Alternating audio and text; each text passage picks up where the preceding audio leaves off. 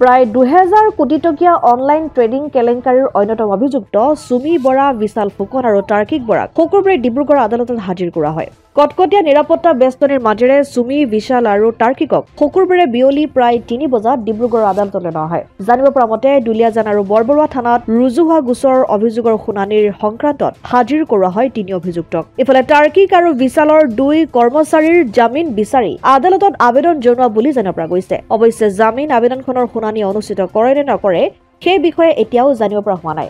ইফালে 3 অভিযুক্তৰ বিৰুদ্ধে আৰক্ষীয়ে দাখিল কৰা অভিযোগনামাৰ পৰৱৰ্তী 17 জানুৱাৰীত ধাৰ্য কৰা হয়।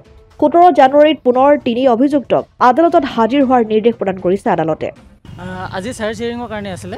চাৰ্জ হিয়াৰিংটো কমপ্লিট নহ'ল, আধাতে কোৰ্টে ৰখাই দিবলগীয়া হ'ল কাৰণ টাইম শ্বৰ্টেজৰ কাৰণে। ইট ডিপেণ্ডছ আপন দ্য কোৰ্টে যি কৰে সেইটো হ'ব। এতিয়াতো চাৰ্জ হিয়াৰিঙৰ কাৰণে নেক্সট ডেট দিছে 17/1/25। এতিয়ালৈকে ডিচাইড হোৱা নাই, ডিচাইড হ'লে জনাম। আজি আছিলে চাৰ্জ হিয়াৰিঙৰ কাৰণে ছেশ্যন কেছ নম্বৰ 350 এণ্ড 351।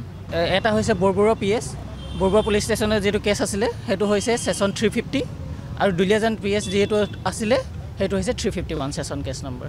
দুইটা চাৰ্জশ্বিট হৈছে, সেইটো কাৰণে চাৰ্জৰ কাৰণে আছিলে আজি। অসম আদিত্য, ডিব্ৰুগড়। NKS হুণ্ডাইলৈ স্বাগতম। নৰ্থ ইষ্টৰ প্ৰথম GDSI 2.0 ফিচাৰ্ছ ডিলাৰ হৈছে NKS হুণ্ডাই। অত্যাধুনিক সা সুবিধাৰে তৈয়াৰী মষ্ট আপডেটেড হুণ্ডাই ডিলাৰ এতিয়া ডিব্ৰুগড়ত।